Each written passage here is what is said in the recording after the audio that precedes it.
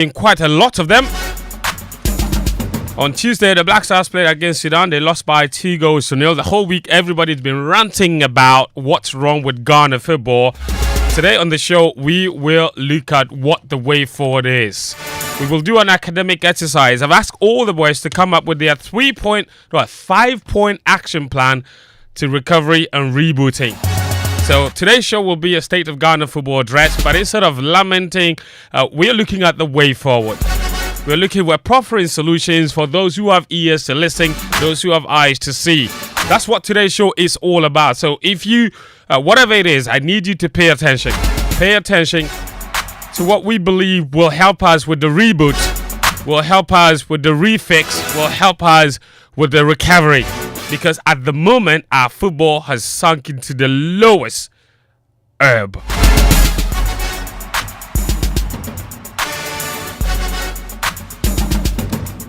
So that's that to come. And if we have some time left, we will look at the weekend's matches coming up. There's been a lot of other surrounding talking points. Thomas Partey will be fit for Arsenal's game this weekend. It's got a lot of Ghanaians talking about his fitness levels and whether he was indeed unwell for the Black Stars matches. But either way, wherever you belong, it still will be an interesting, it's a very interesting conversation that's going on social media. There are some people who don't believe that he was actually unwell or unfit or whatever you want to call it. But it's not the first time that has happened. Not about Thomas Partey. I'm talking about Ghana football in particular, where a player has said they are unwell, and right after a Ghana international match, they're playing the next one. The famous one, Michael Essien, 2006 AFCON. The week Ghana got kicked out, he was playing for Chelsea. But he missed the AFCON because of an injury, and Ghanaians were up in ups against him. So it's not uncommon. The Black Satellites, they are in Togo. They played a game yesterday. They are on a journey to qualifying to the FIFA Under-20 World Cup. They will first have to qualify from the WAFU Zone B qualifiers and then go to the Africa Cup of Nations Under-20 Championships and then place in the top 4 in order to qualify for the FIFA Under-20 World Cup. So it's a long, long journey. We haven't been to the Under-20 World Cup since 2015. So that's going on 9 years, the last time we were there. But the head coach of FAIR says he will do everything possible to take us there. The squad is out.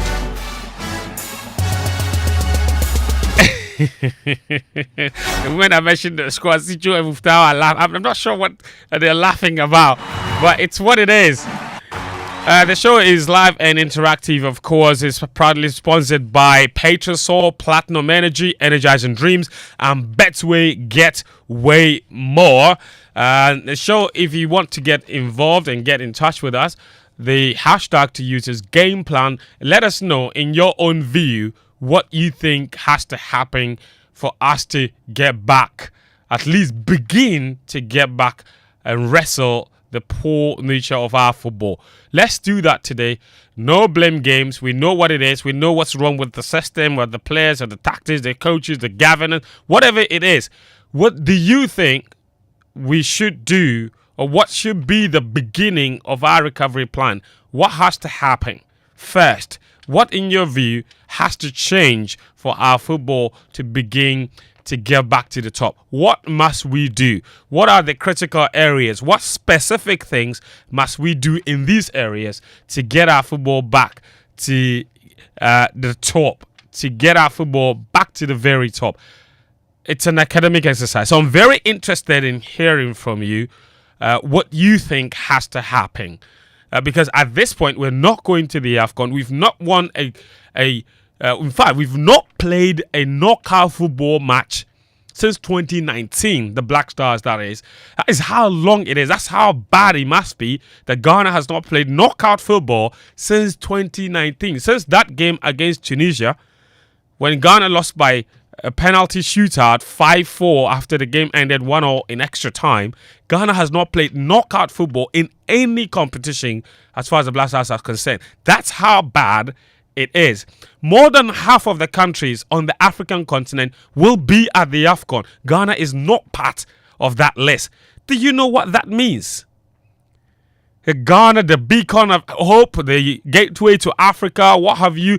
More than half of the countries on the African continent will be playing at the AFCON. 24 teams are at the AFCON out of the 54 countries. Ghana is not part of the top half of the countries on the continent when it comes to football.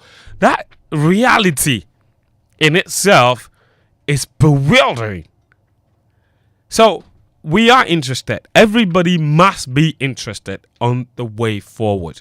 So let me hear from you. Send me a message on WhatsApp or leave me a message on X or Twitter with the hashtag game plan. If you prefer WhatsApp, the number is 055 1111997.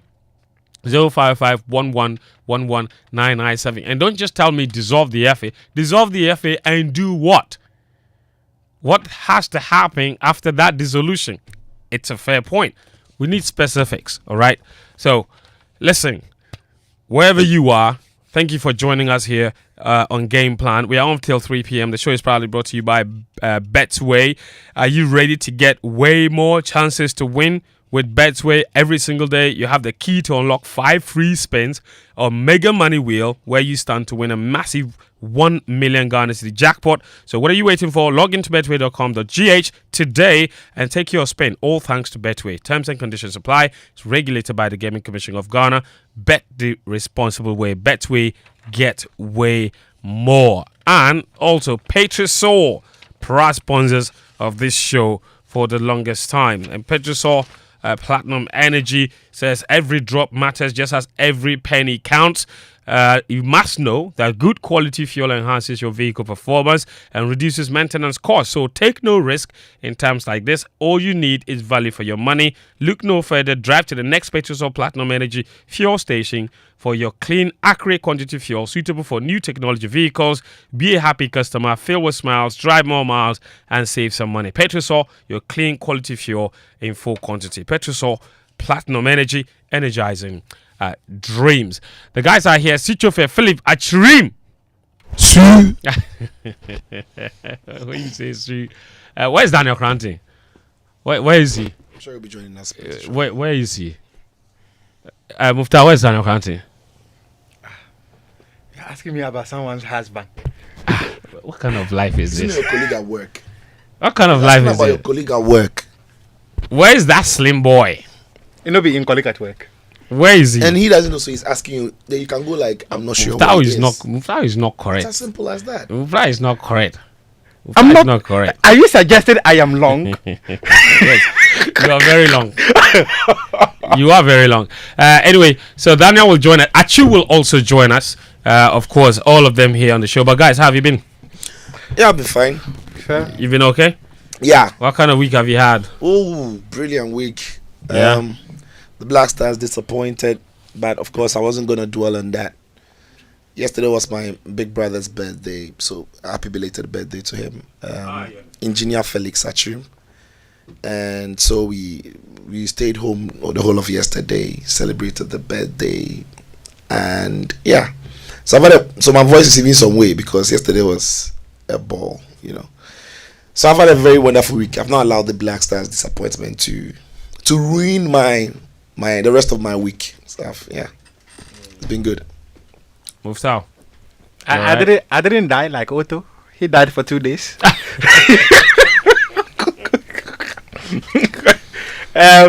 Otto said he died. Yeah. And for the past 2 days. Yeah. And he took friends and family members to get him. I mean, that was, to be fair, very emotional to hear. Yeah. And in fact, it buttresses the point I make often that these players, these officials, these technical team members, they feel the impact of the defeat even more than you and I. Yeah. Because they are close to it. In fact, I remember when we exited the AFCON and we were having a conversation here or game plan, I was like, sometimes we go at these officials and players and technical team members as though they are happy to lose. When they win, we get emotional satisfaction. When they win, they get emotional satisfaction plus some good bucks in their pockets. And I listened to that interview that Otto Addo granted to the FA media team, and a chunk of the things he said were quite emotional. They were quite emotional, and Sicho will say that he doesn't want to be in his position. Yeah, clearly I don't want to be in his position because it's quite a difficult situation to find yourself. First coach in 24 years to lose at Baba Yara. First coach to lead a national team to fail to qualify for an AFCON in about 20 years. It's difficult for anyone. Yeah. Yeah. Yeah. I mean, to be fair, for those of you who might be interested, this is what Otto said about being dead in the past 2 days following the game. But now I got a lot of positive feedback. Also, I was, to be honest, I was like the last 2 days I was dead. But now I got a lot of positive feedback also, and a lot of support from family, friends. And this is the time where I need them. And also, I think all the players, all the team needs it. And this brought me back on track. And very, very important for us, I think, to think ahead now, to try as much as possible to win the last games. Mathematically, there's still a chance, and we will give everything. We will prepare the team. We try to prepare them even better than before to reach our goals. That last part, I don't quite agree. That mathematics, I was like, Otto, what's up? Mathematically. No, but Fence, that is all he could have said. Look, yeah, the team was bad and everything, but the truth of the matter is Ghana is not out of contention. What Ghana can do is to win their next 2 games and see what happens. And it's the start of that conversation. It's important it came from the coach in the way it did, because the coach granted that interview, and it was like, "We are sorry, we won't qualify for the AFCON." Then the players have no business even showing up for the rest of the 2 games. That's like throwing in the towel already. So the coach has to sound like, we know we're in a tight place. We know that our destiny isn't in our own hands, but we will keep going until the end. And it is football. We've seen teams who have some way, somehow. Listen, I don't think Ghana will qualify, but I'm saying that if Ghana wins its next 2 games and the rest of the teams, especially Sudan, don't do their job, then Ghana is going to be like, we did our part, you didn't do yours, we are through. So I get why the coach would wrap up that interview by sticking with the little positivity around what is happening. Realistically, I know we won't be there, but I wouldn't be expecting the coach to. It's like my United's manager, Eric Ten Hag, comes out to say they won't be competing for the league.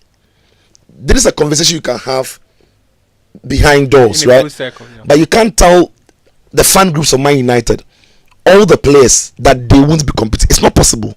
You can't create that mentality in the open.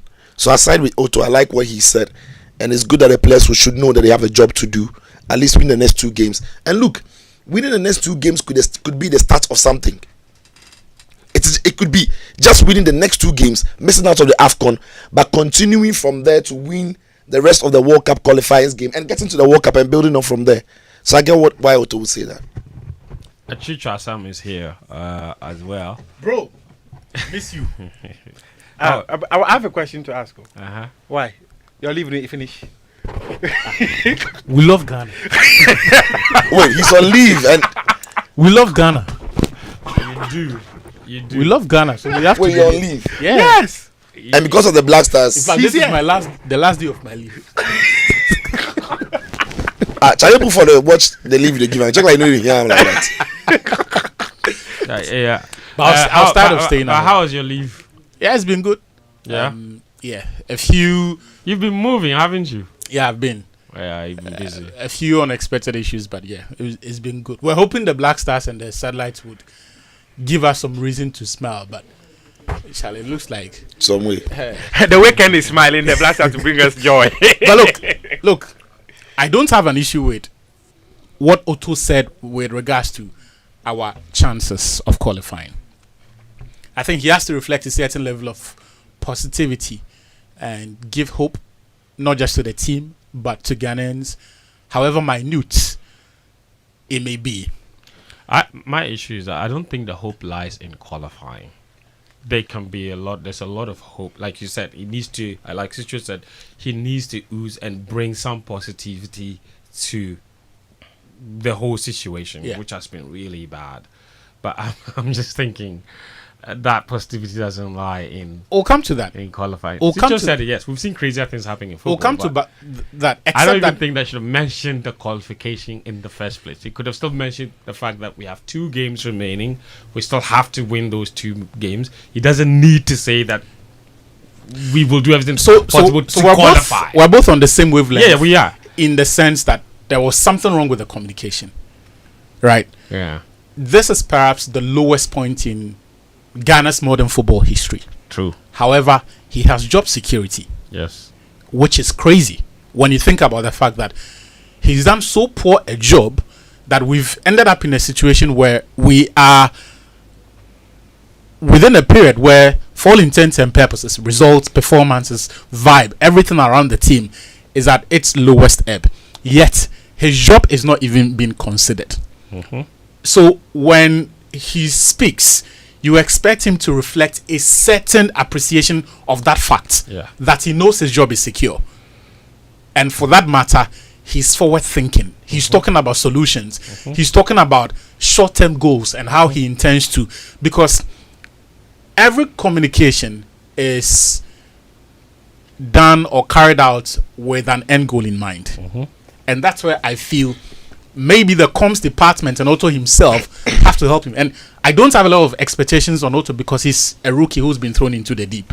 He's never handled crisis like this. So crisis management, crisis communication, everything he would know about it has to be everything we all learned at the university or something he gets someone's. He doesn't have that experience to draw from.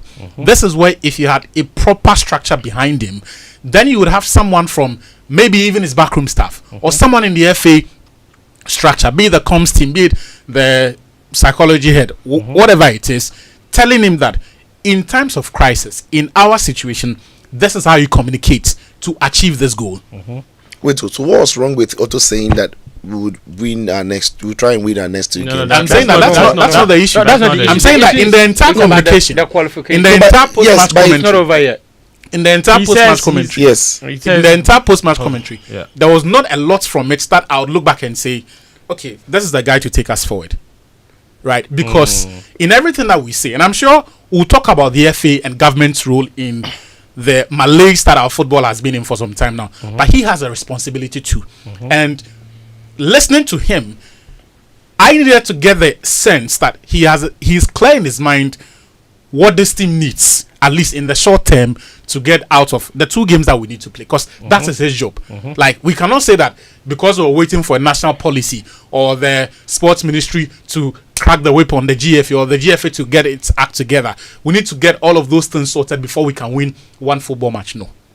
I think something can be done if the conditions are right. And I'm saying to you that in this situation, Otto's job after the game was to communicate in a manner that, one, give clarity in terms of what he wants this team to do, but even before that, show a certain appreciation of the problems we have now and his role in it. He doesn't adequately address those. No, No, but It that doesn't is to again the because we don't know the question that he was necessarily. And I'm saying- that speaks I'm to the saying- problem he's So talking about. so like, no, but I think if Otto, we played the game on Tuesday. on Tuesday. Tuesday. The interview was out on Thursday. Yesterday, yeah. If Otto came on Thursday to tell us what we had to do to get, I would think he wasn't serious, because the issues we have in Ghana football, he can't use 2 days to tell us. So Like, that's he why was only I'm saying addressing the immediate aftermath that is why of I'm the saying game. that. That's why I'm So saying I get why he that's came why out I'm that saying way. that what he said did not give me hope that he's the coach to take us to the games. and in that November. is fair. No, but also, And the other it's thing dependent on the also- question he was asked. See, the other thing, no, You're not listening. see, that's why Whatever I'm saying- question he was asked, he that's why I'm says saying that. he wasn't impressed. So now I'm you can't saying- do anything about yes, what that's he why thinks I'm saying about that. then Look, this one there is the person who asking Look, the question friends, who didn't no, give it. it doesn't end at who asked the question. That's why I said that in the entire FA machinery, right? Be it the psychology, who's the head of psychology, or the even Otto's backroom staff, or even the comms department, someone ought to have known that our next communication, be it from a player, be it from the coach, so long as we sit with that person to say that put something out, we need to be clear in our mind what we are communicating to the people and what we intend to achieve. Did you read Kudusi's statement? I did.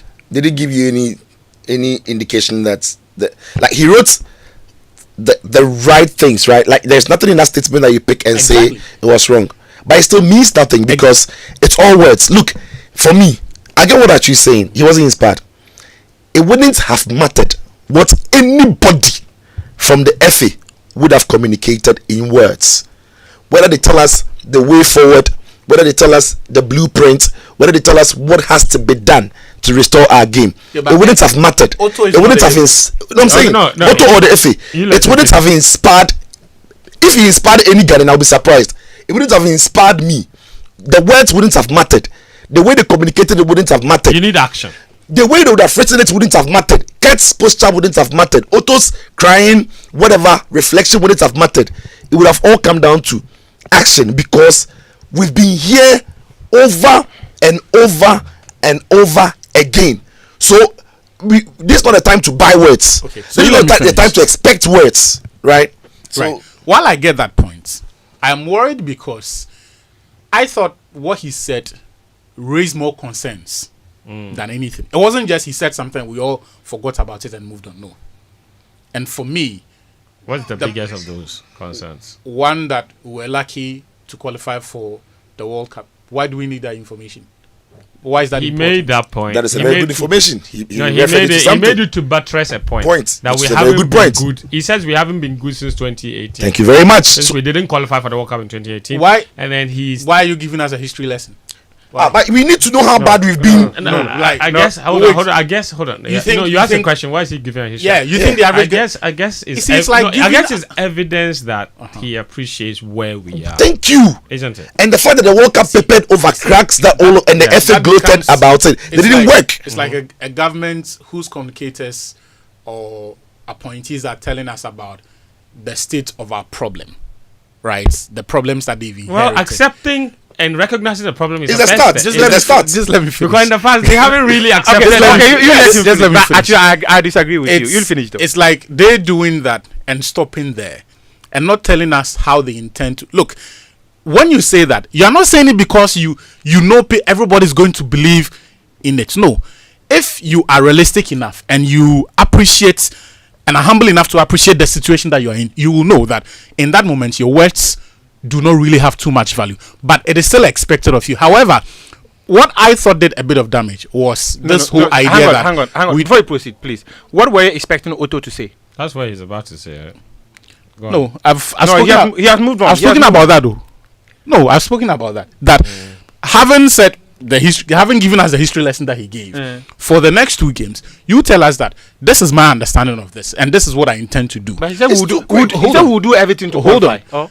Rather, the bit about how people are still stuck in the past and the players we have are not as good as... Bro, who did Sudan have to beat us? Who did Niger have to beat us? When you do that, it sounds like you are giving excuses. Right? Okay. Because at the end of the day, every communication has to achieve a certain goal. But that's not what, unfortunately, that's not what the coach has said. That's what the Ghanaians are saying. But the coach has not said anything. But that is the impression he leaves. No. He said we've not been. You see, when Otto says that we've not been good. No. Respond to the players' bits about the fact that Otto hasn't said the players are not good. People are living in the past and that we're not as good. That is the fans. That's not Otto. That is what fans have said. Guys, let's hold our horses. I need to take a very short break. When we come back, I hope you guys have prepared your 5-point action plan to recovery and reboot. I'll give everybody 10 minutes to deliver what you think has to be done. And then I'll take a lot of messages today, including phone calls at the end. Jojo, I hope the phone calls are working today. I don't want to get to the end and you tell me that your phone call has problem. This is game plan. So, guys, you stick with us. When we come, enough of the lamentation. Achu wasn't here to lament last week, so he's come here with his own lamentation. Just lament. And he's dragging us back. We were looking at the way forward, okay? So that's what we will do right after this.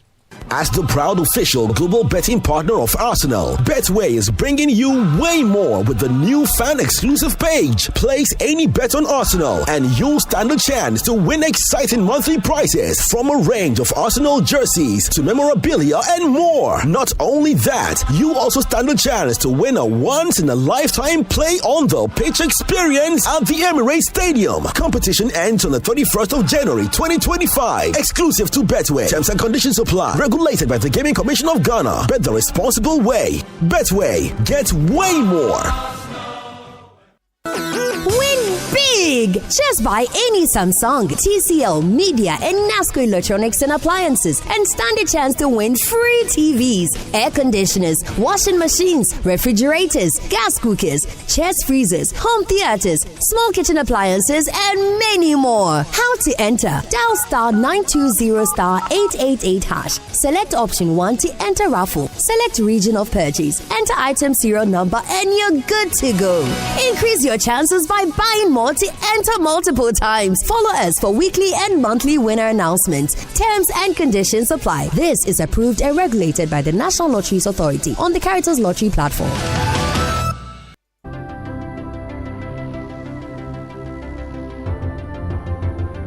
When budgets are tight and money difficult to come by, you want to be sure you get the best value for your money. These are not times to be spending money fixing expensive engine problems because of cheap fuel and lubricants. Drive to a petrol source station today and buy your quality fuel and lubricants, and rest assured of fuel that lasts long and lubricants that prevent expensive engine problems. Hear the sound. Petrosol, clean fuel in full quantity. Joy 99.7 FM. We're back with Game Plan on 99.7 Joy FM, hits 103.9 FM. Your messages are welcome on 055-111-1997. Today on the show, we are discussing various 5-point action plans for fixing Ghana football, for the reboot and for the recovery. And the circumstances that have led to today have been coming for the longest time. For the first time in 20 years, Ghana will not, and most likely, Otto Addo says we have a chance. So Ghana are likely to miss out on the AFCON. For the first time in 20 years. Ghana has not played knockout football since 2019 in 5 years. Back-to-back group stage exits at the AFCON without winning a single match. It's never happened in the history of our football. We are at the lowest we could ever be, have ever been in the history of our football. That's the reality. We've not been to an Under-20 World Cup in 9 years. We've not been to an Under-17 World Cup in 7 years. We missed back-to-back women's AFCON tournaments.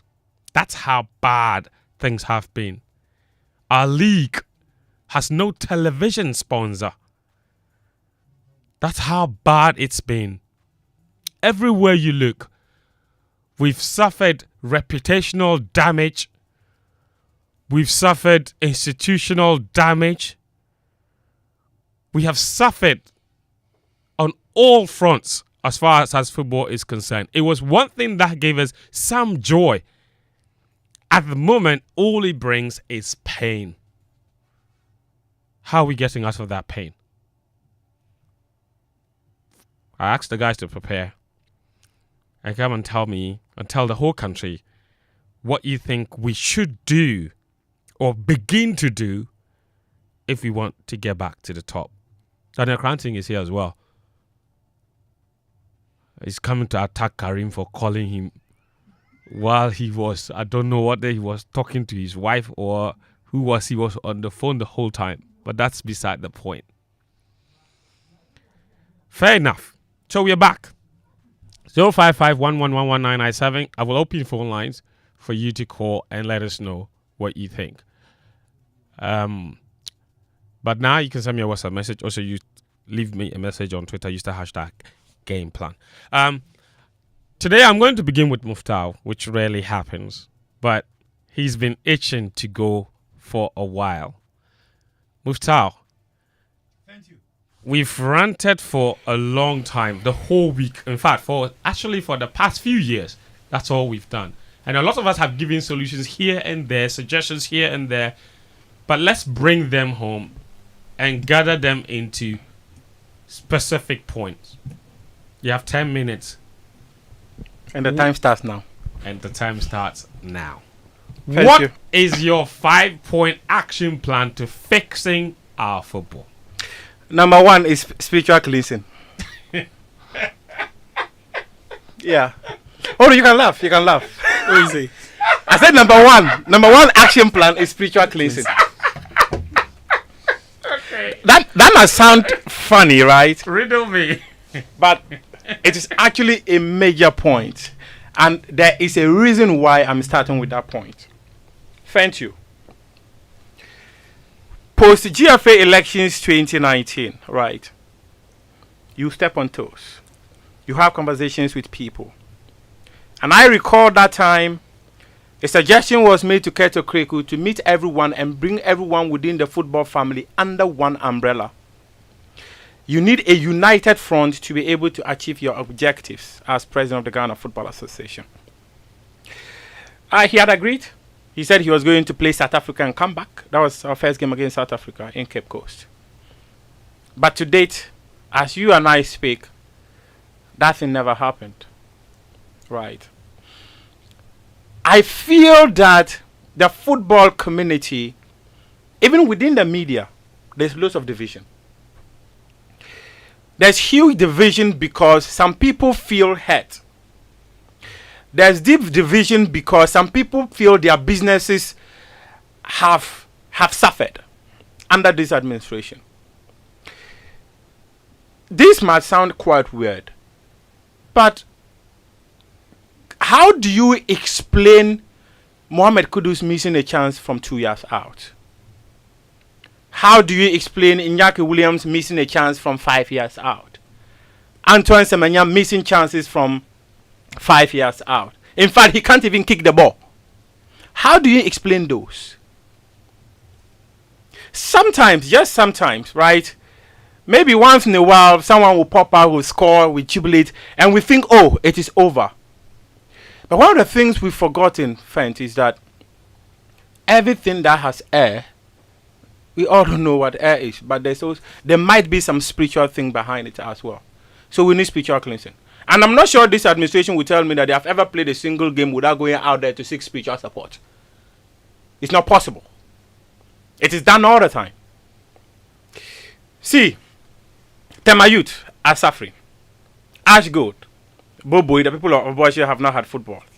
Allies suffered. Dambot had issues with Steel Belief, which belongs to the GFA president, because Abdul Karim Zito was an official in their Division 1 or Division 2 game, and when they took the matter, for whatever, they found legal grounds to justify. As you and I speak, Dambot is in Division 2 somewhere. Uncle T Stars has become Akachi Stars. These are businesses of people. Far Rangers, what has become of them? And players, right, have suffered. We were all here when a certain player had a deal, was it to Red Star Belgrade, the FA wrote to FIFA and the club that the guy had been banned. That to date, the guy's career is off. We were here when Yao Ano had a deal in Egypt. The FA wrote to them that the guy had been banned, so they took him off. Fent, all these people, right, if they decide to sit down, or don't even decide, or just one day they're walking on the street because their businesses have suffered, millions of people who benefit from them go like, may this administration never succeed. Friend, any suffering soul, when they decide to use words against you, the possibility of it working is extremely high.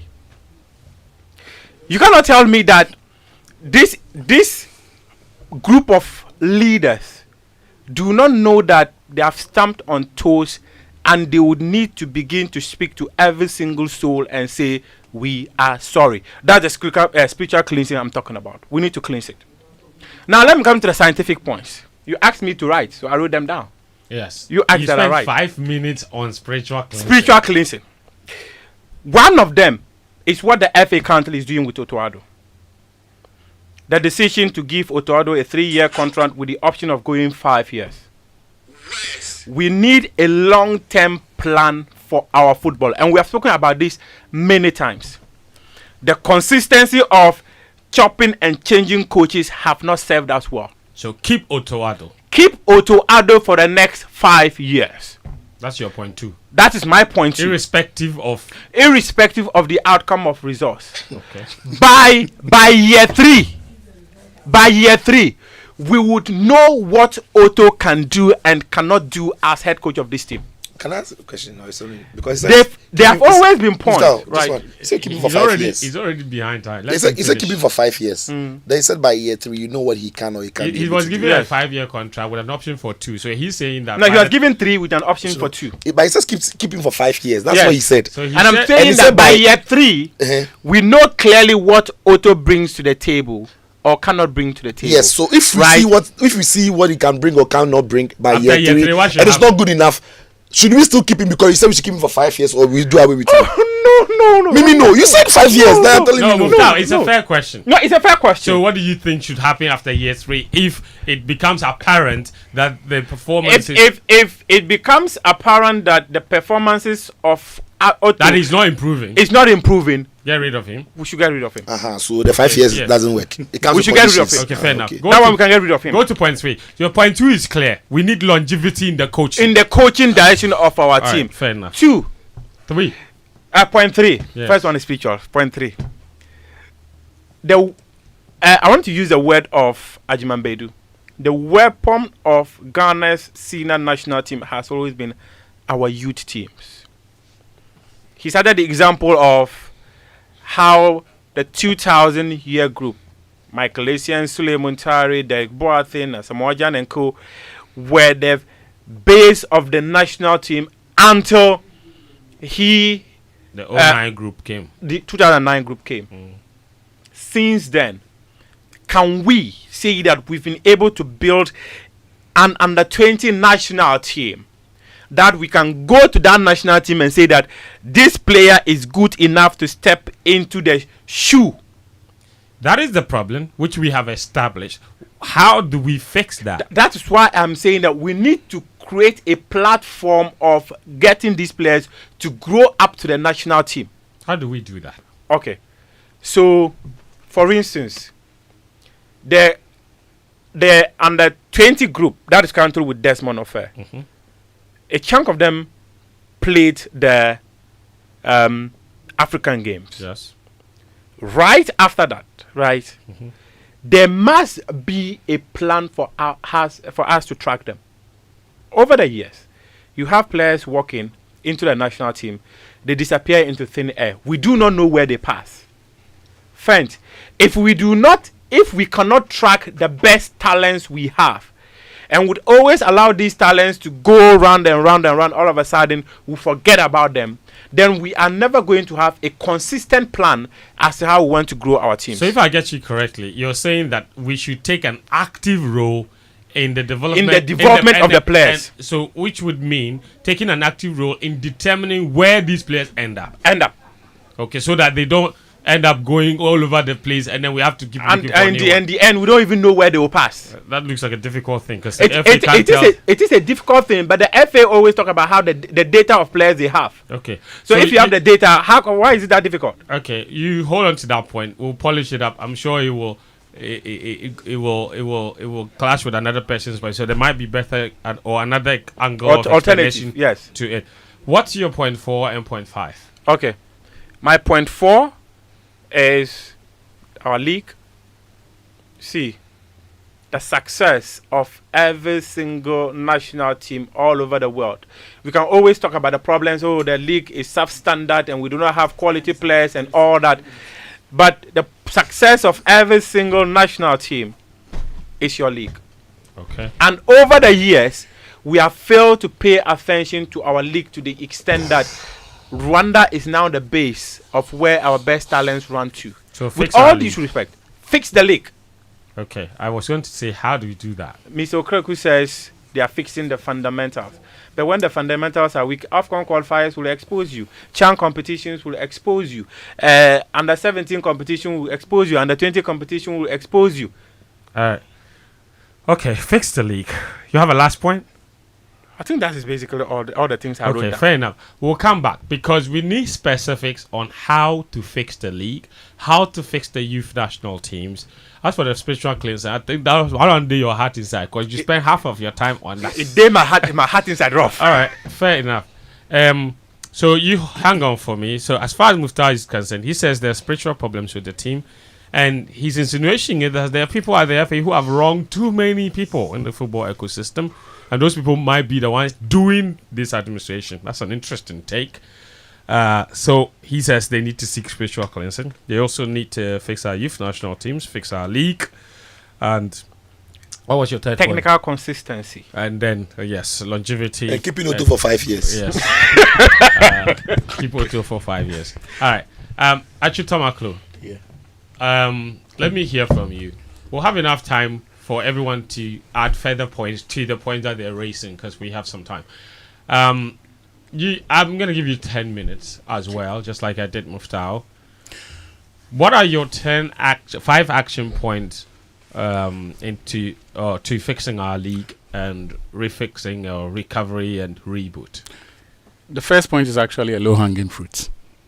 Disband the management committees and the search committees. They serve no purpose. They are obstinate. They're just a waste of everybody's time and money. Disband them. Rather, put together a functional protocol office. Whatever job that the management committee so-called is supposed to be doing, Alex Asante and Prosper have been doing it anyway.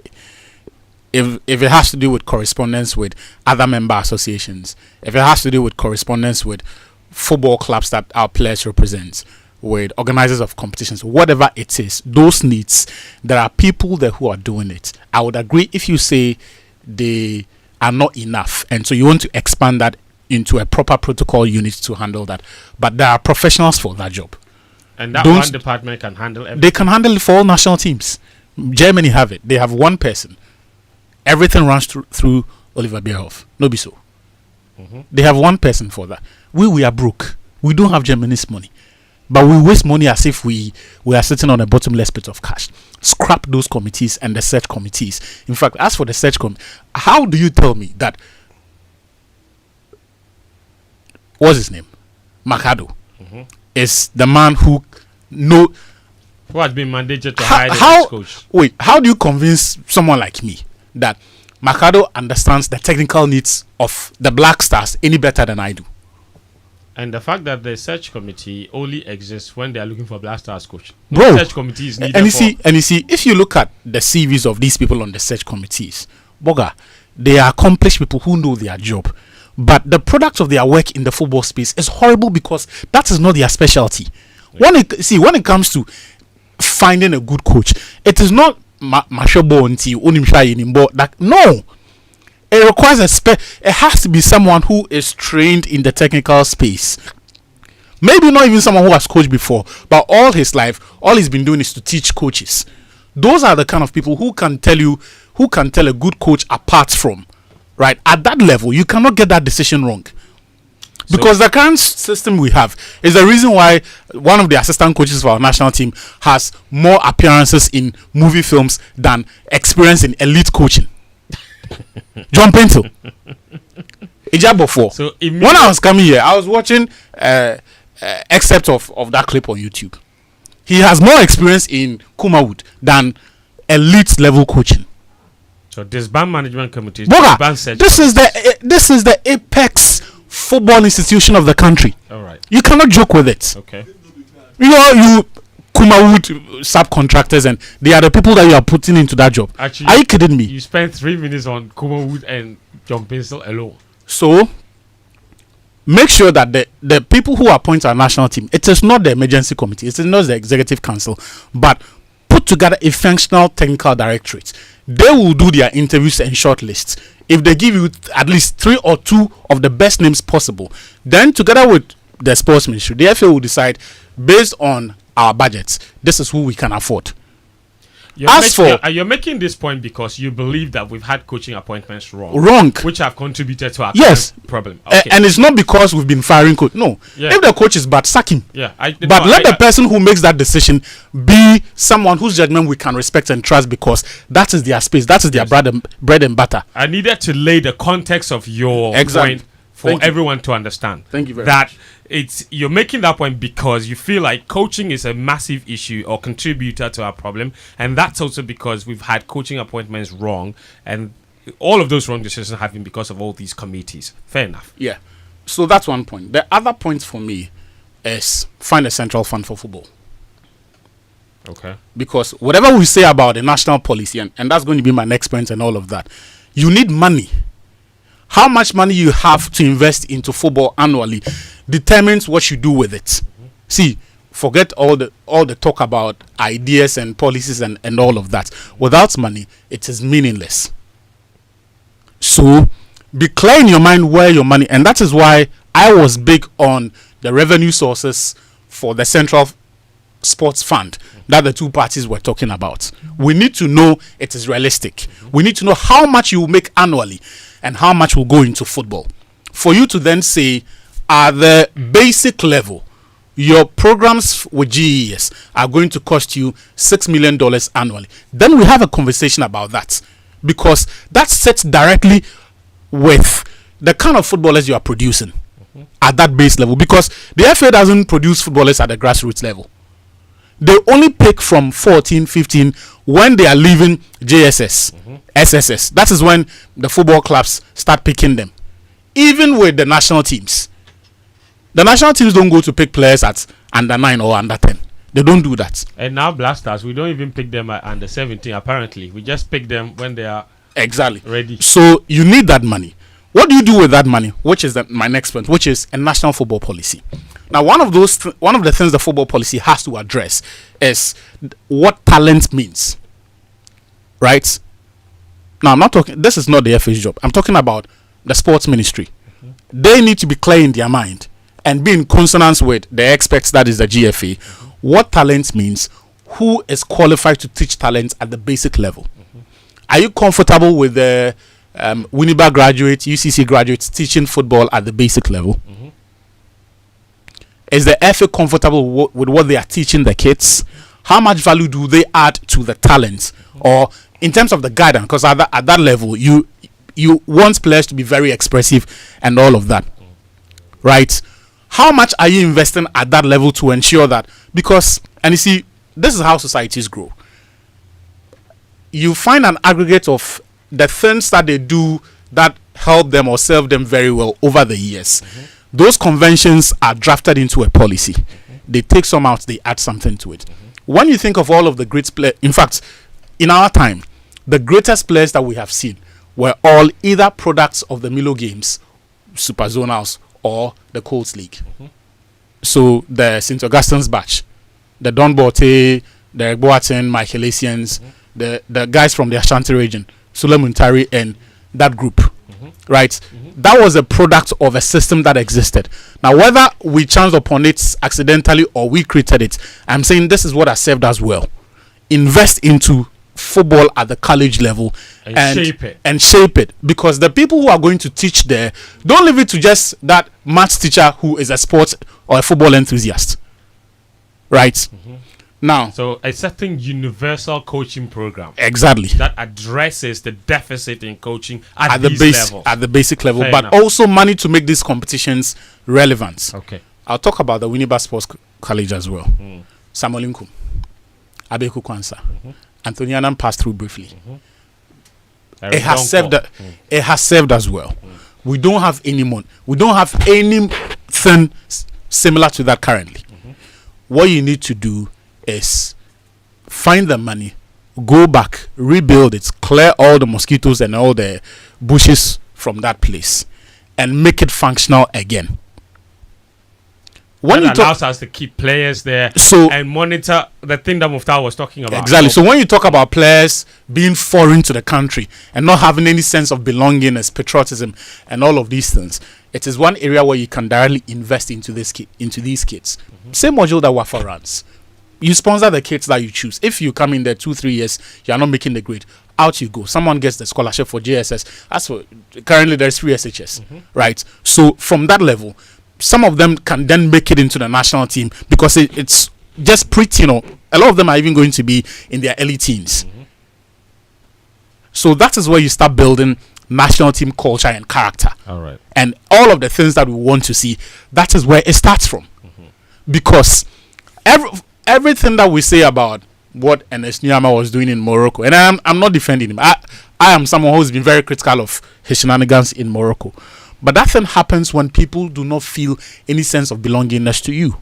when they feel you are very opportunistic, in the sense that you have a broken structure that does not really invest in them, that denies them opportunities, because for it is not questionable that a lot of these players did not pass through the under 17, under 20, and suddenly they were ready for under 23 and Black Stars. No. If you everywhere in the world, the best young talents do not surprise everybody when they make it into the national team, because you must have seen them in the under 17 and Phil Foden and Jude Bellingham, the Jadon Sancho, the current England batch. You could practically tell where they were coming from. Under 17, under 16, under 17 championships, under 20 championships, and all of that.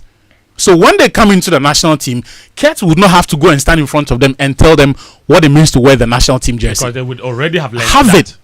They already have it. Okay. So for me, the central fund is important. So it's a specific source of funding for our football and our sport. Yes. The national football policy. Have a football policy that addresses our approach to... Funded by... Now, this fund that I'm talking about. Uniba Sports College. Refix it. Disband the... committees.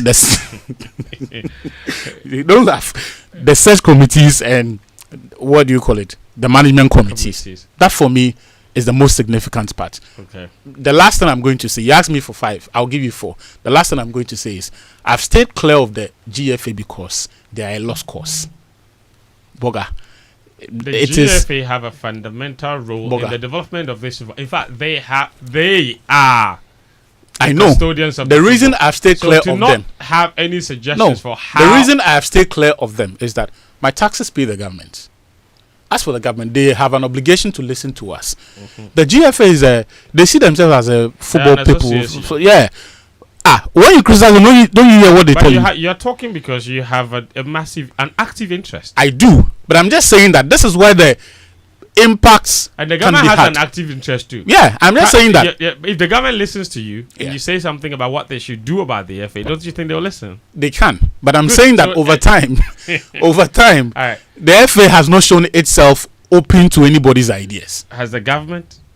Yeah. Okay, fair enough. In some ways. Fair enough. Yeah. All right, I will come back to you, like I said, to add or subtract or whatever it is from the points that you've raised. So everybody will get another chance. Let me go to Sicho as well. He's been listening to the two of you. Sicho, listen, we've come a long way. It's not happened. Lots of points have been raised by these two. Yeah. You, in 10 minutes, you tell me what you think are 5 key areas we must tackle to begin our recovery. Yeah, friend. The problems we have with our football is not isolated. It cuts across all sports. So the first thing I'm going to look at is the umbrella or the power that is supposed to fix sports, and then it narrows down to football, and that comes down to government. So the first thing I'm going to say is that government needs to rethink what sport is. A lot of our decision makers in government now, when they were schooling and when they were coming up, most of the athletes were the kobolos. Most of the athletes were those who didn't like school. Were they perceived to be kobolos or they were kobolos? They actually, a lot of them perhaps were. And it got to a time, kobolo, how do you say kobolo? Riffraffs. Stubborn students, people who don't want to go to class. So subconsciously, they've grown with the mentality that people who are very sporty are not necessarily serious. And it happens. It can happen. In fact, the constitution still refers to sports. Be careful. Look, I'm just adding to the constitution still refers to sports. Let him take his 10 minutes, please. We beg. Look, we will grow from this generation, enter another generation, and something that subconsciously, some things can stay with us subconsciously, and the next generation will see it differently, and it's happening even now. Yeah. So they have to view sports differently. They have to understand that sports is business, sports is science, sports is commerce, sports shapes society, sports does many things. When they are able to look at sports in that grand view, then they can put this way. They have policies for health, policy for defense, policy for mining, education. They need to now start thinking about sports in that same viewpoint and bring together a massive policy that will shape up sports.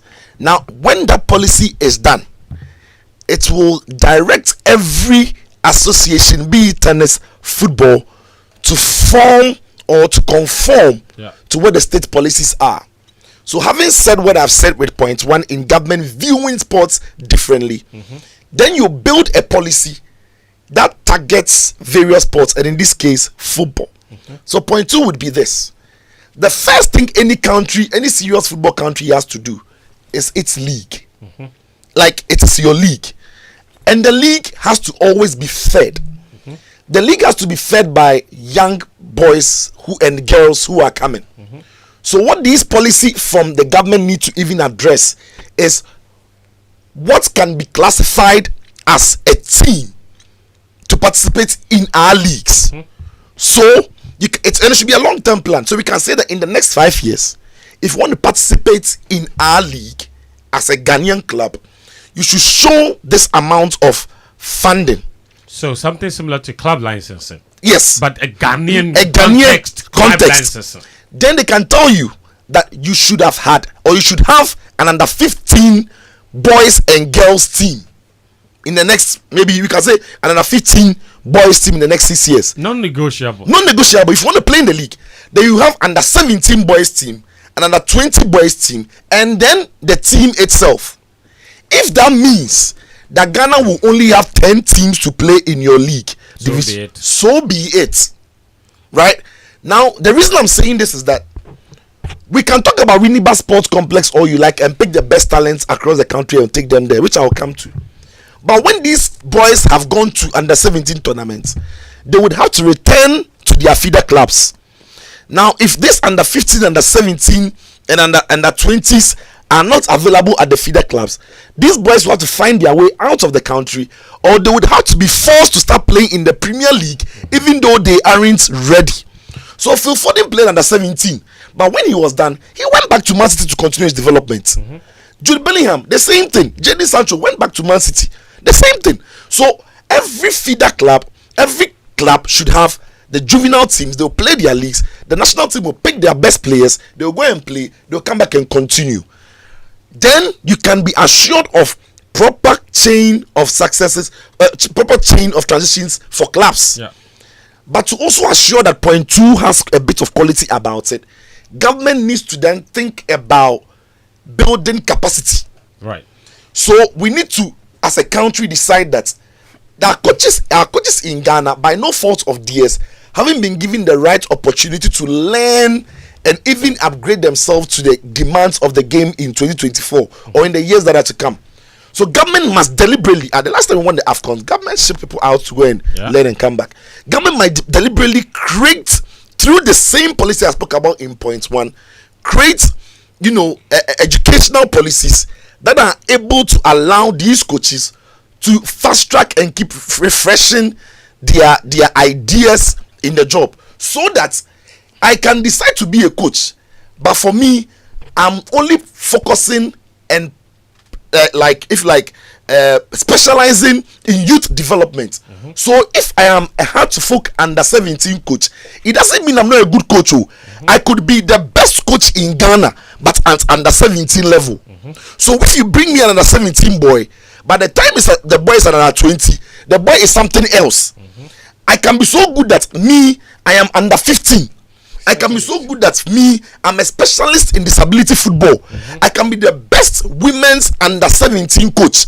So we need to create that if you like educational platform to keep these people going, and not only coaches, physios, psychologists, sports scientists, sports researchers, so that the game grows and then it's what develops. That's what is happening elsewhere. That is what is happening elsewhere.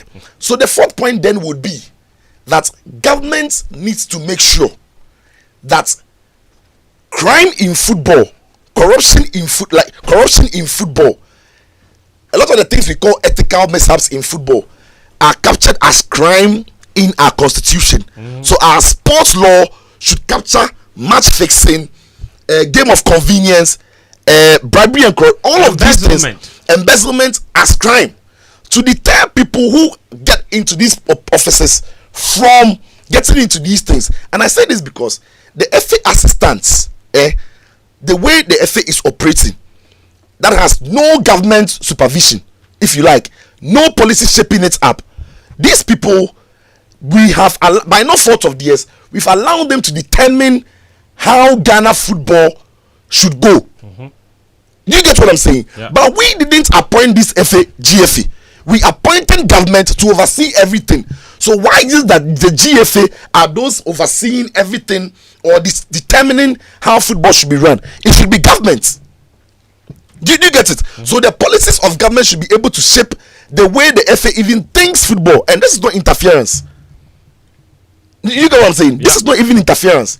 Then that you're saying that the football people should be accountable to the laws of Ghana. They should, in ways that are punishable. Yes. In ways that are deterrent. Yes. Because at the moment they seem to be a certain on their own, a certain cartel, a certain bubble, a certain group that has no proper supervision. People. You know, because when you go to Morocco, this doesn't happen. You get it? It doesn't happen. Then fence. Look, I should have added the point of developing the leagues. Government should, through the policies, also build infrastructure. So I'll leave it there. That one is part of it. Then the final point I'm going to make is that the country Ghana, right, needs to understand. Like I said in the beginning, understand sports. But now in football, the country Ghana should be able to quantify what sports, having done all that I've said, should be able to quantify what sports does to its economy. The contribution of the sector. And this is massive because when that happens and it is clear, every single government knows where to watch, where to focus, and why to invest here and there, right? So that as a country, we can say that football brings this much to our system, to our economy, brings this much to the people of Ghana. Then when we are able to do these 5 things, we will take the absolute control from individuals, and it will be the running of football and sports will be drawn from the national agenda, so that everybody fits into that national agenda, so that in the end, if the under 15 league is well, under 17 league from the clubs are well, and under 20 leagues from the clubs are well, nobody needs to tell us that these players who are out of the end of these league systems can play for the national team.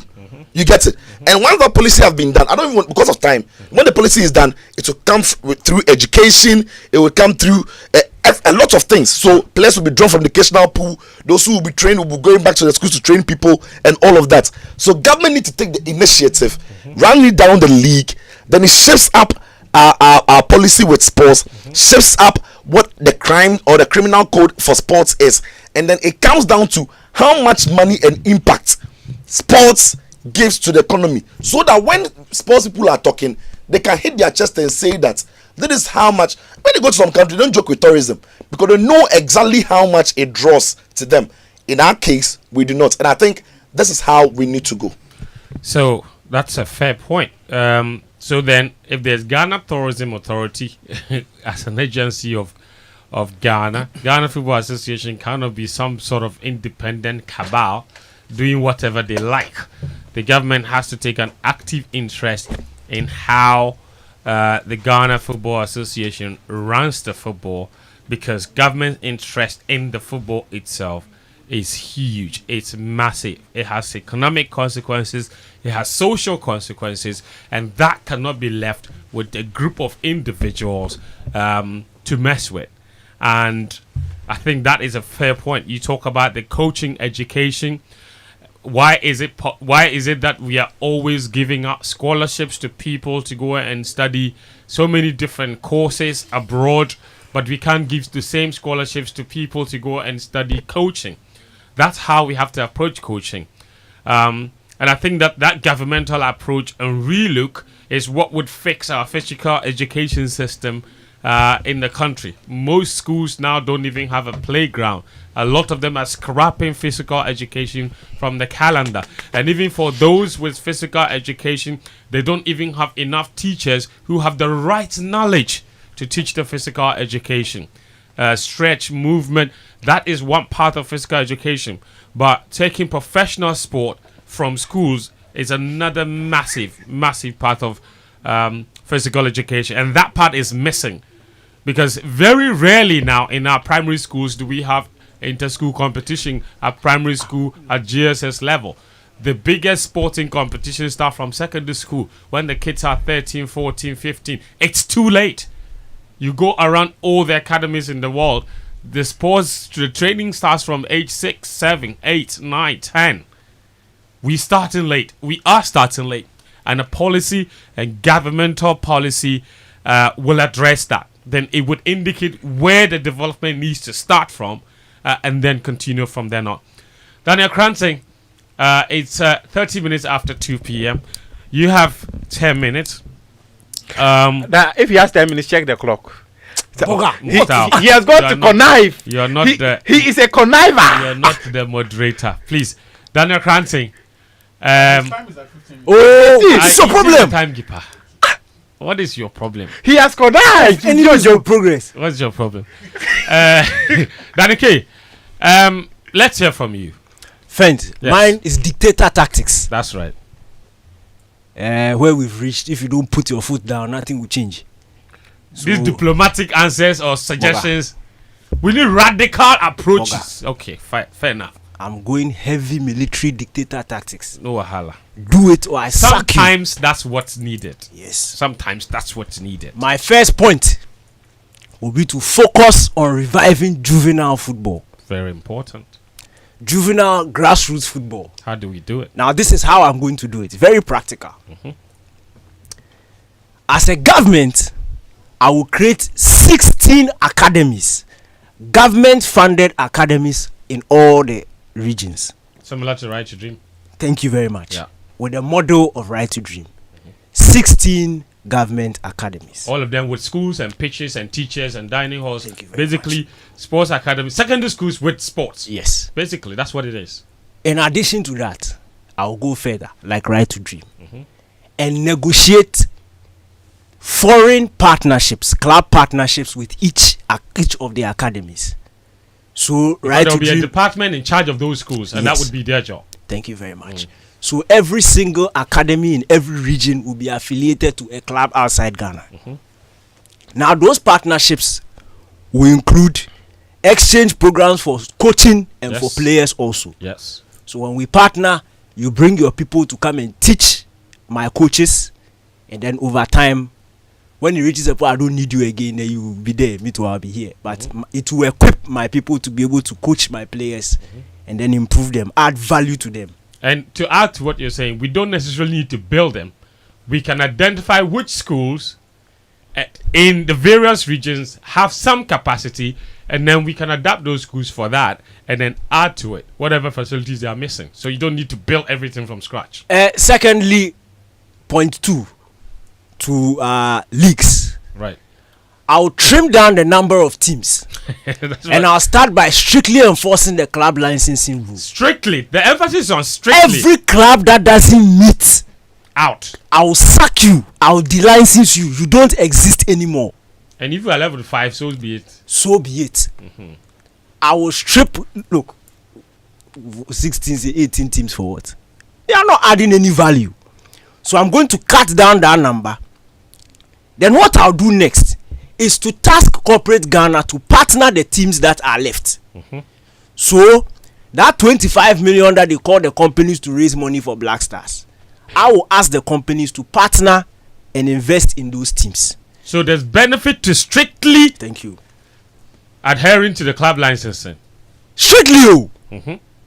If one blade of grass is brown on your this, I'll sack you. I'll not give you license. That's how strict we'll do it.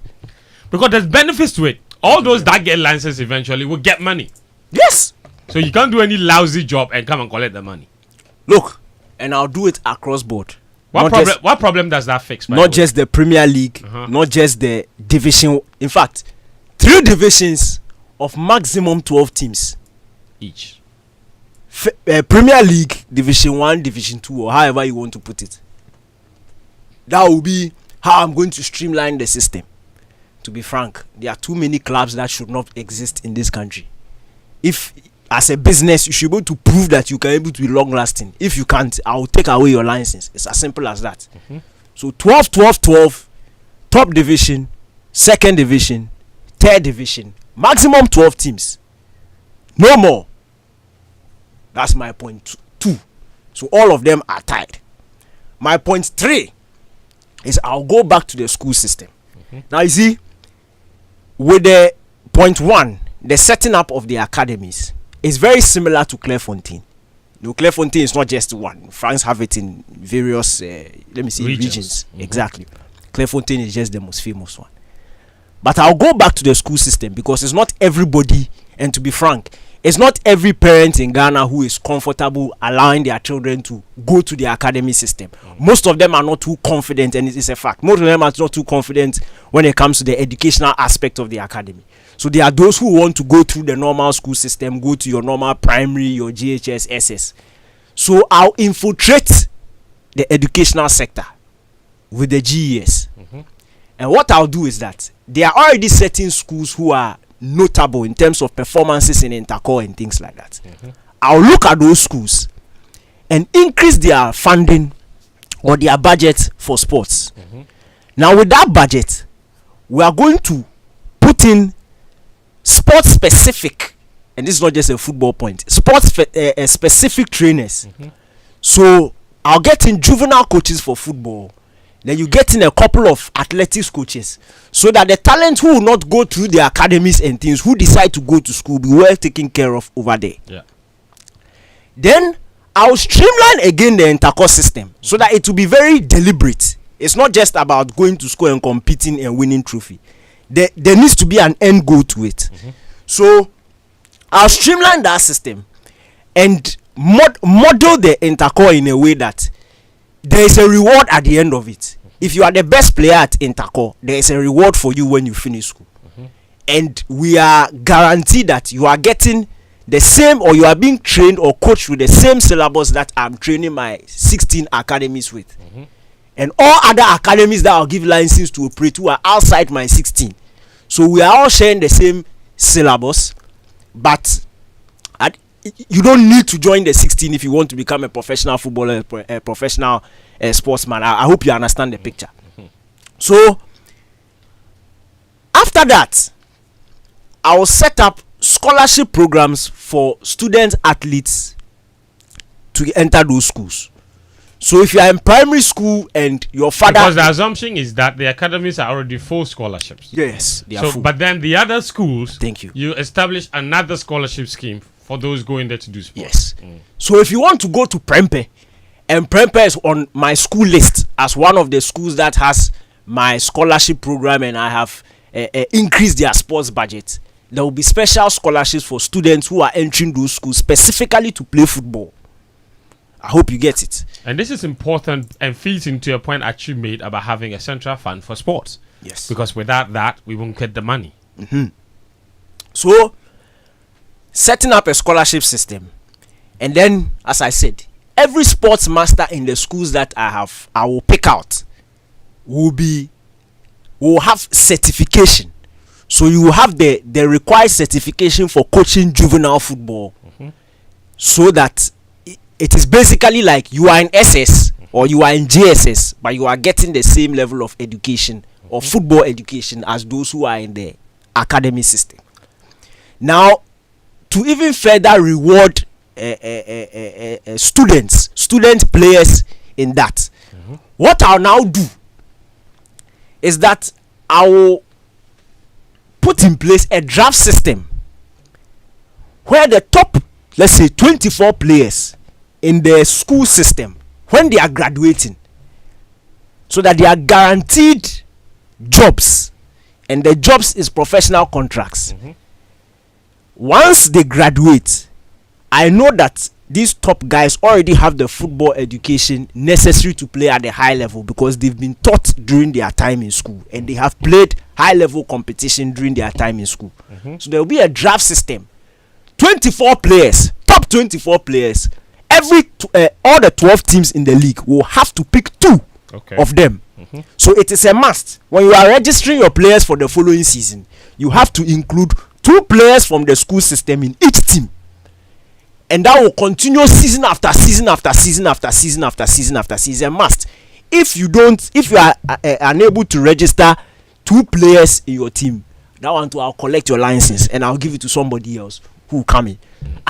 Look at how Nkrumah did the Royal Republicans team at the time. He came in, he collected the best players. If you protest, you don't like it, you will take your license and give it to somebody else to come and play. The football, it will go on, but the quality is what we can't compromise on. So all these points I'm raising is speaking to how it will raise the quality of the game, because now you are having a streamlined juvenile program where players who go through these academies will get foreign contracts. The ones who don't get foreign contracts are being fed into the league system. Then the ones who also decide to go to school also have sort of guaranteed jobs when they finish school, going into the league system by virtue of the draft system. And all of this, like you're saying, it goes without saying that these academies and this system will feed our youth national teams. Yes. Which will then feed the senior national team, fixing all the problems we've spoken about. Yes. Fair enough. Then point number 4. I will have university. Have you seen that? Is the time up? I see 4 minutes and 50 seconds. Are telling me the time is up. You see the corruption. Who went to school? Number work. Don't you know how to read time? Point 4. Go on. Point 4. My university sport programs.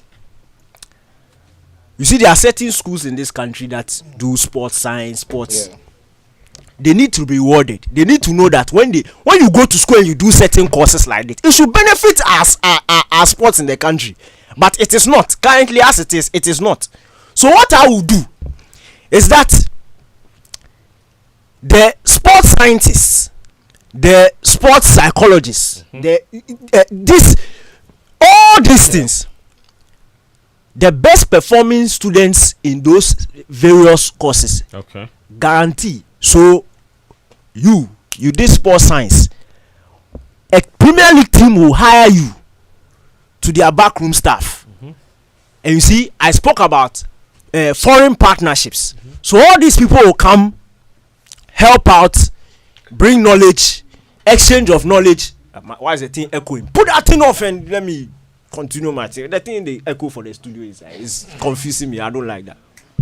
Tell you, the thing is echoing. I don't like that. Your time pass. He's allowed you to talk. It's confusing me. The thing is. Go ahead. The thing is confusing me. I just put my microphone off. That was what I did. Okay. Your apologies accepted. See, the sports science, all these things are a part of it. But we need to be able to streamline it so that they all work together. And these things will come with certain guarantees where people know that they are not just studying these things in vain. And there's a guarantee that you will get employment to help with in the grand scheme of things.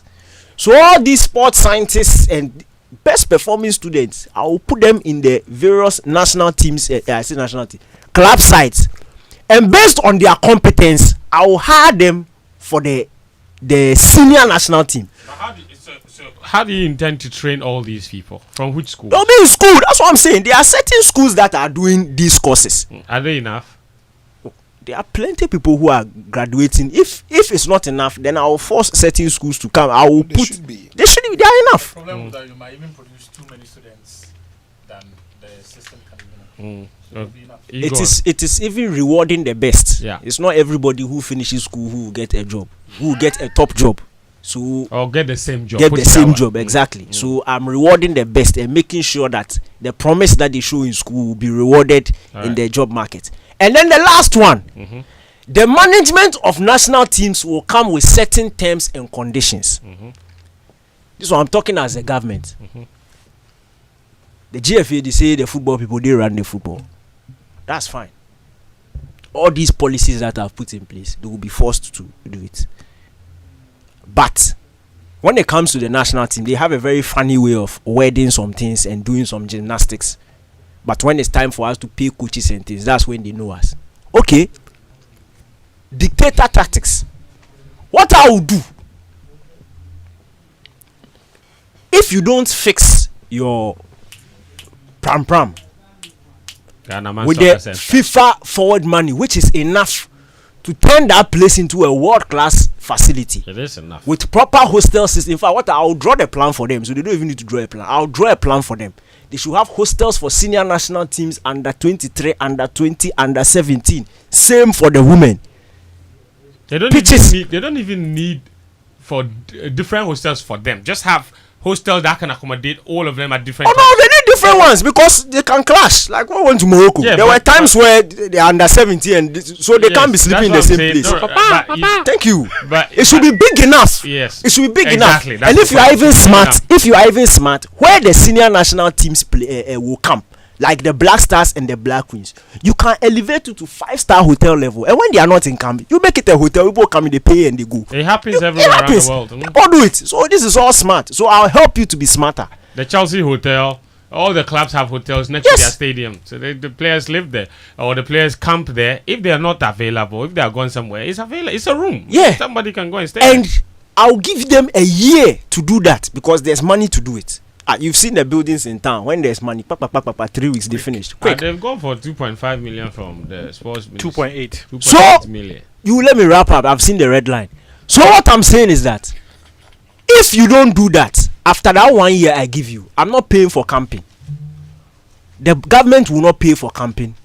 The government will not pay for will not pay per diem and these things, because if that thing was in place, feeding and everything will be sorted out.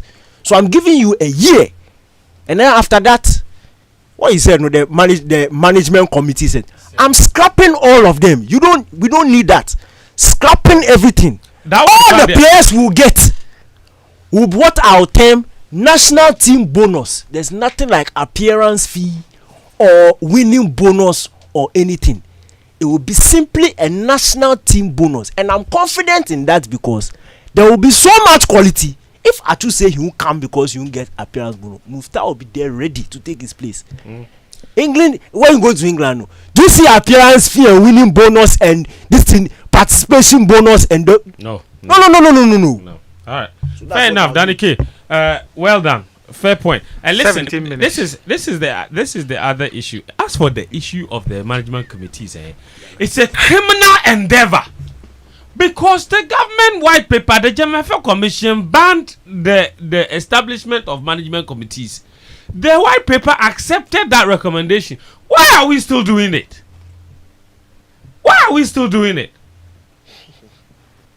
It's a criminal endeavor. And the government who put together that commission with the powers of a high court indicated that should be scrapped. The government comes and says, yes, we agree it should be scrapped. And these people are doing it, and everybody's watching. I mean, we'll take a very short break. When we come back, I have your messages, and then I will take some phone calls, and then we'll wrap up with the guys adding to the points that they have all raised. This is Game Plan on 99.7 Joy FM and Hits 103.9 FM. The Mackdown Entrepreneurship Challenge Season 1. So if a journey of great impact. From the application process to the selection of participants of Mackdown Entrepreneurship Challenge Season 1. The millionaire investor Dr. Daniel Macaulay is staying the course of grooming the next generation of multi-billion-dollar entrepreneurs for Ghana. Ghana's unemployed youth population is growing exponentially by the day. A private sector intervention is needed to lighten the burden of employment on the government. The Mackdown Entrepreneurship Challenge is one of such privately funded initiatives. Ghana, are you ready for the second edition of the Mackdown Entrepreneurship Challenge Season 2? In this edition, 15,750 applications were received. 80 applicants have been selected for the real showdown. So watch out as these 80 business ideas are put to the test in the battle for the ultimate prize. Who will succeed? Who will fall out? And who will win the $100,000 cash prize in the Mackdown Entrepreneurship Challenge Season 2? The The MacDan Entrepreneurship Challenge is brought to you by MacDan Foundation. The MacDan Entrepreneurship Challenge, coming soon. The biggest food, drink, and music festival is returning this October. The Eat, Drink, Music Festival is back. Let's go! Get ready for 2 unforgettable days filled with the best food and drink vendors, top DJs, and amazing musicians. Join us for an experience like no other, featuring world-class performances, a variety of local and continental foods, drinks, and fun activities like a celebrity cooking competition, esports, arts installations, photo booths, cultural exhibitions, a kids' play area, and so much more.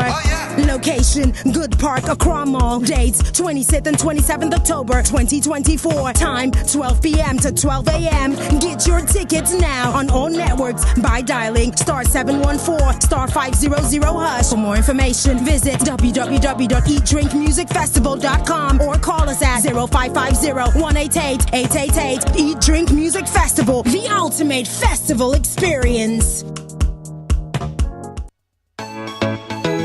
It's time to take action and create your prosperity. Hi there, this is Lucy Quist, author of the book and convener of the conference, The Bold New Normal. I would like to personally invite you to this year's Paradigm Shifting Conference. Speaking, Patricia Obonai, CEO, Telecel Ghana, Bernard Avle, General Manager, CTFM and Channel 1, Valerie Labi, CEO, Wahoo, Dr. Yao Pebi, CEO, Heart Group, and many others. In addition to our seasoned speakers, I will host the masterclass. Make a date at the Pearly Gates Gardens, East Legon, on Saturday, October 26, 2024. We start at 8 a.m. sharp. Purchase tickets at lucyquiz.com and Eagle Tickets or dial *713*33*121#. The Bold New Normal Conference is brought to you by Platinum Sponsor, Margins ID Group, Sponsors, Stanbic Bank, Delta Airlines, Type, Media Partners, Dominion TV, Joy 99.7 FM, Sunny 88.7 FM. You don't want to miss this. The Bold New Normal Conference. Take action and create your prosperity.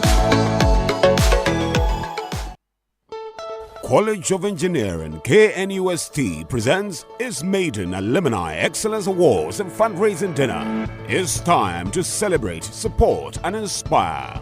Join us for an unforgettable evening as we honor outstanding alumni and corporate partners for their remarkable engineering, leadership, and service achievements. Award categories include Alumni Outstanding Achievement, Distinguished Alumni in Academic Excellence, Career Achievement, Entrepreneurship and Innovation, Service Excellence, and many more. Special recognition awards will be given to individuals, year groups, and companies both local and abroad for their contribution towards KNUST College of Engineering Endowment Fund. Chairman of the occasion, Otto Addo II, a proud alumnus of the College of Engineering KNUST. The date is 8th November 2024. Time 6 p.m. sharp. Venue Labadi Beach Hotel. Let's come together to raise support for the KNUST College of Engineering Endowment Fund and create a lasting impact for future generations. Be there. Join us and make a difference for the future of engineering. Reserve a table for 8 at 25,000 Ghana cedis and purchase a single ticket at 3,100 cedis. Visit coe.knust.edu.gh for more information. Joy 99.7 FM. We're back on 99.7 Joy FM. This is Game Plan. My name is Fentio Tahiru Fentio. The show is live on Hits 103.9 FM as well. It's partly sponsored by Betway and Petrosol. But let me also tell you about Chopbox Technologies. They're delivering all of your goodies to your children in secondary schools. Whatever it is you want to send to them, books or whether it's food or whatever you want to send to them, you can send it to them using Chopbox. You can just go to chopboxonline.com or you can download the Chopbox app now or call them on 0530-474-694. We have your messages on 055-1111-997. You can call the same number. Opening the phone lines now for the next 8 minutes. 055-1111-997 or 0302-216-541. When you call, be brief. Just tell me where you think we need to fix first. If we are to begin our recovery, the recovery of our football. When you call, be brief, okay? 055-111-1997 and 0302-216-541. I've got WhatsApp messages that I'll be going through and taking the phone calls as well. This message says, good afternoon. The FA must do broader stakeholders consultation where they will take views. A lot of people in the football ecosystem are hurt. Palmer, Nana Yame, Ponsa, Mickey Charles, and a whole lot. The FA must go to them and reconcile with them. Remember, those people have supporters and they're all against the FA. This is Abner Speed with that particular message. Let's go to the phone line. What's your name and where are you calling from? Okay. My name is Eden. Yes, Eben. Good afternoon to you. Good afternoon. And your panelists. Thank you very much. Keep it brief for me. Because of time, I just want to talk on coaching aspects and ask some few questions. My number one question is, please, is Otto Addo the only good coach Ghana can lay its hand on? My answer is no. Number two, why is my darling man, Radomir Djokovic, please try anything to bring this man back to us. Number three, if it can be possible, we cannot get Radomir Djokovic, we can trace that former World Cup winning coach, Radomir Roger Lamé from France, or that man go home week. All right. For this practicality with Coach Otto Addo must be put to a halt with immediate effect. Okay. We're going forward, though, not going back. Djokovic at this time, champion. But thanks for your call, nonetheless. Ghana should take a 5-year break from international football. This is a message. And do some serious scouting and what have you. This is Kofi from Airport with that particular message. This message says, good afternoon, guys. I think we should go back to the basics and then and search for talent from our schools and communities. Dissolve the EFA and get good people, good football leadership for the ministry as well. This is Chris with that message. Let's go to the phone line. Your name and where you're calling from? Yeah, hello. Apia. Yes. Thanks. Apia, keep it brief for me. Go ahead. All right. You see, the message that Otto Addo gave to us after the failure in Libya, it's an indication that he cannot do the job. Because if he died 2 days, then I'm sure he has resurrected. So he should resurrect and then see the reality by asking the GFA guys to either reassign him to the junior team or he resigned. Okay, fair enough. That's a very strong point. Okay, wow. Ben in DC says, I think Otto has a genuine problem. His English is not top notch. He thinks in German first and then translates it to English. That's why he communicates and we have a challenge with what he says. More messages here.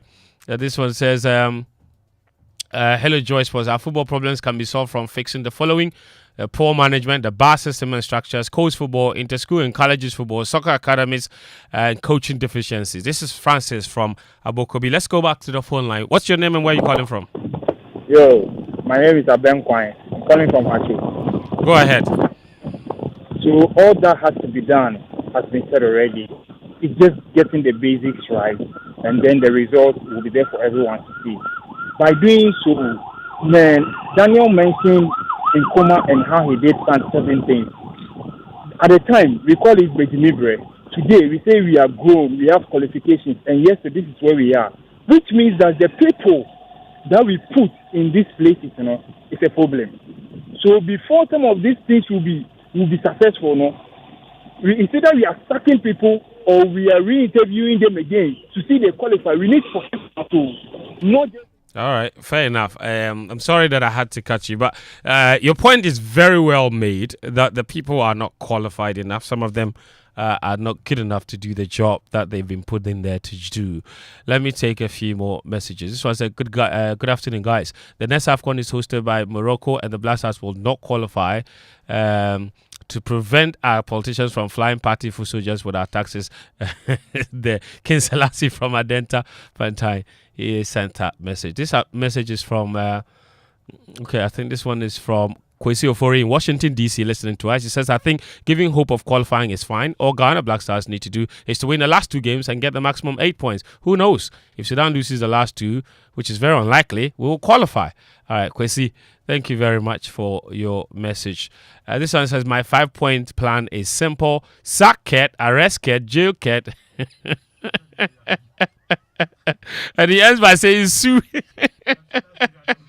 D, with that message. D, thank you very much for sending us that message. Very strong message to Ket. Good afternoon, guys. If your mother is dead, this is how I'll fix our football. Overhaul the current football structure and administration. Develop a comprehensive long-term plan.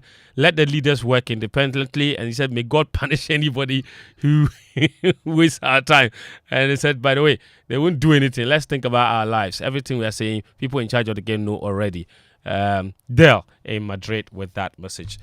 Sichofe, Daddy K, Muftar Nabil Abdullah, and Achita Maklo. In this country, there's never enough time to do anything. But thank you very much for your brilliant thoughts, as always. So we're back again next Friday with another edition of Game Plan. This show will be available as a podcast. You can listen and download on all podcast platforms. It will be available on the YouTube channel of Joy News. You can find it and listen back. For all of you that called and for all your messages, including those that I couldn't read, thank you so much for choosing Game Plan. And thanks a lot for your efforts and your inputs and contributions. We are back again next Friday. Up next, though, right now, is the BBC World Service. My name is Fentu, Tahir Fentu.